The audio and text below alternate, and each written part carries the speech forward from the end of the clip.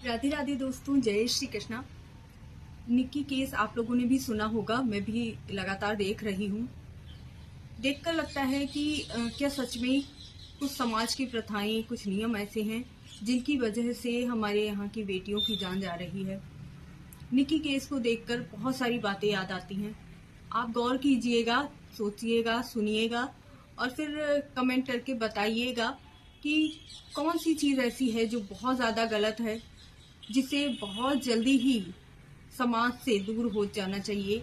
नहीं तो हमारे यहाँ की बेटियां, हमारे यहाँ की बहुएं सुरक्षित हो ही नहीं सकती हैं। पहली बात तो आपने देखी होगी ना कि सीसीटीवी कैमरे में सभी बाहर दिख रहे हैं।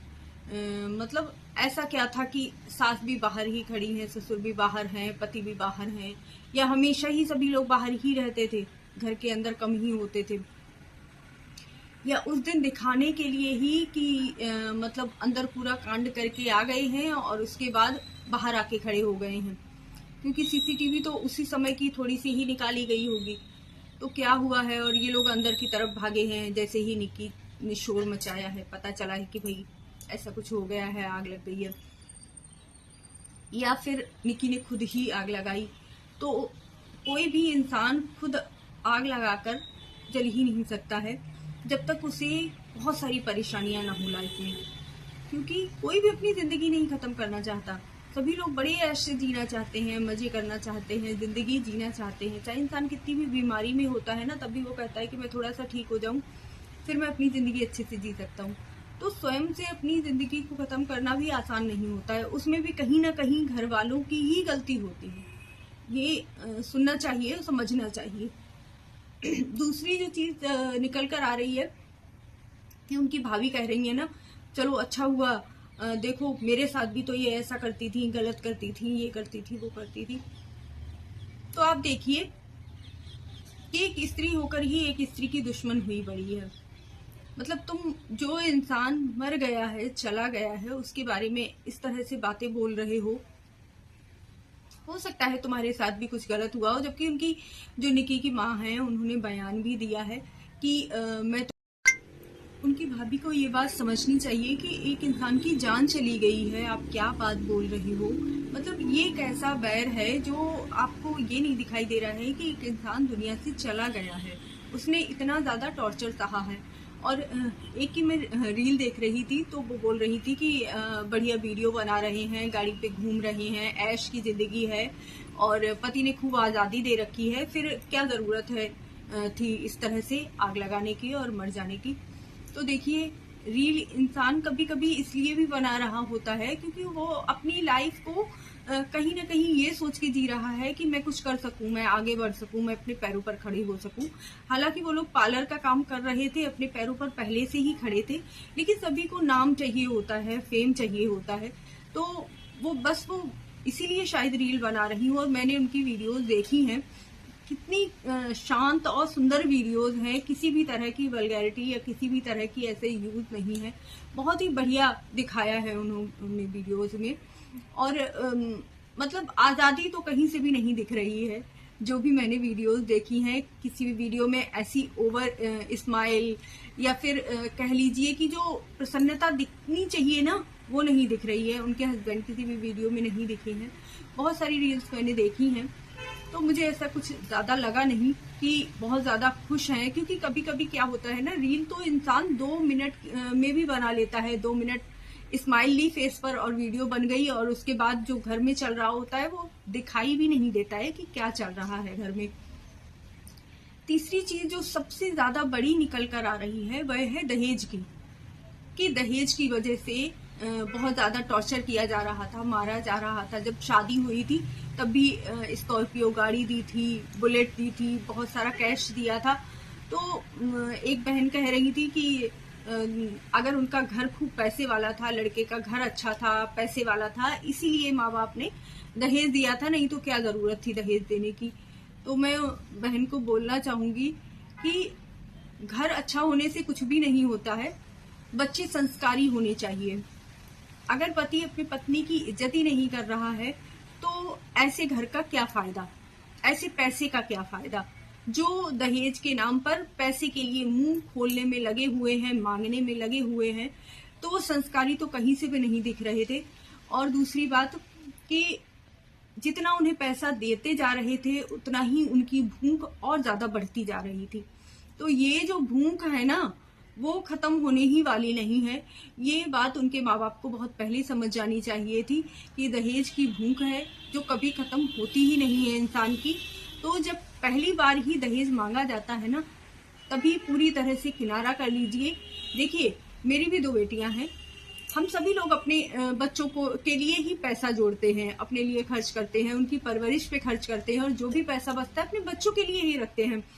तो हमने भी अपने बच्चों के लिए, उनकी शादी के लिए, उनके विवाह के लिए खूब सारे पैसे बचाए हुए हैं, और सभी माँ बाप बचाते हैं और खुशी खुशी खर्च भी करते हैं।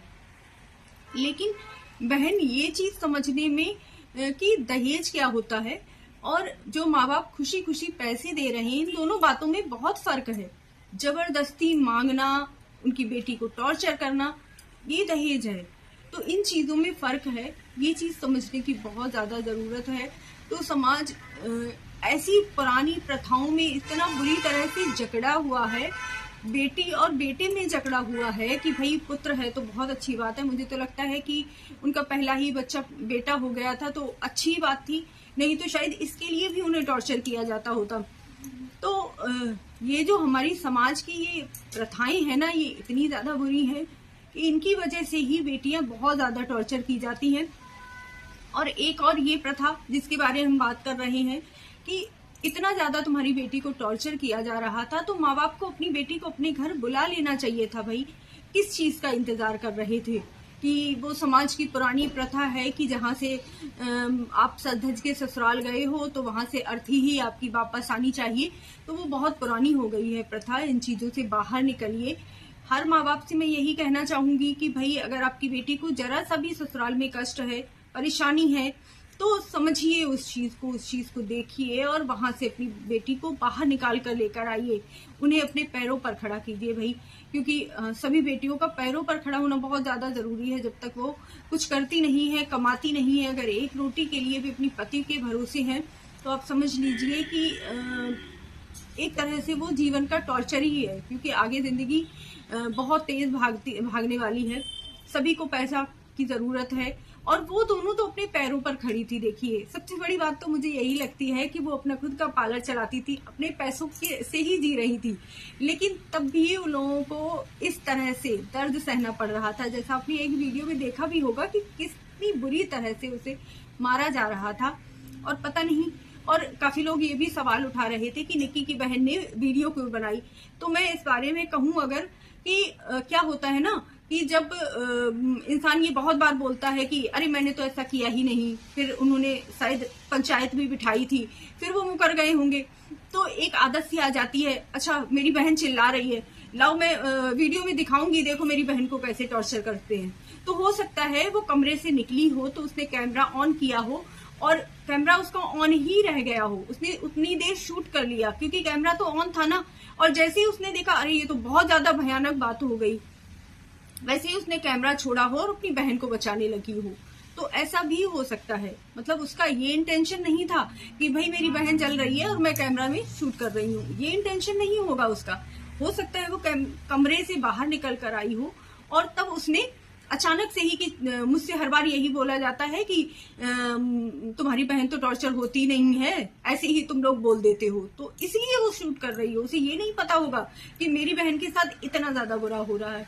बहुत सारी बातें हैं, बहुत सारी चीजें हैं। आप देखिए, रोज एक नया केस, रोज एक नई बहन को टॉर्चर किया जा रहा है, तो ये बहुत ही ज्यादा बुरा है। समाज को इन चीजों से कुछ सीख लेनी चाहिए, कुछ आगे बढ़ना चाहिए और बाहर निकलना चाहिए, बहुत ज्यादा जरूरी है। अपनी बेटियों को बचाइए, पढ़ा सकते हैं, बचा सकते हैं, लेकिन ससुराल में जो गिद्ध, जो बाज खड़े हैं, उनसे हम अपनी बेटियों को कैसे बचाएंगे, ये समाज को सबसे पहले देखना है। सभी माओं से यही दरखास्त है कि अपनी बेटियों को अपने पैरों पर खड़ा कीजिए, और उनकी अगर एक बार भी ससुराल से आवाज आती है कि मम्मी मुझे ये तकलीफ है, तो उन्हें उनके घर से तुरंत निकाल कर लाइए। बेटी की परवरिश से लेकर शादी के बाद तक की जिम्मेदारी माँ बाप की है, अगर उन्होंने एक बच्चा, 2 बच्चे, 3 बच्चे, 2 बेटे, 1 बेटी, 1 बेटी, 1 बेटा या 2 बेटी पैदा की हैं, तो सभी की जिम्मेदारी, चाहे वो लड़के की जितनी जिम्मेदारी है आपके ऊपर, उतनी ही जिम्मेदारी आपकी बेटी के ऊपर भी है कि आप बेटी को भी शादी के बाद भी परवरिश दें, उसे अपने घर लेकर आए अगर वो जरा सी भी परेशान है। आपको मेरी बातें थोड़ी भी अच्छी लगी हूं तो वीडियो शेयर जरूर कीजिएगा और बताइएगा कि मैंने इसमें कौन सी बात सही कही है या कौन सी गलत कही है। आप मेरी बातों से सहमत हैं या नहीं। जय श्री कृष्णा, जय राधे राधे।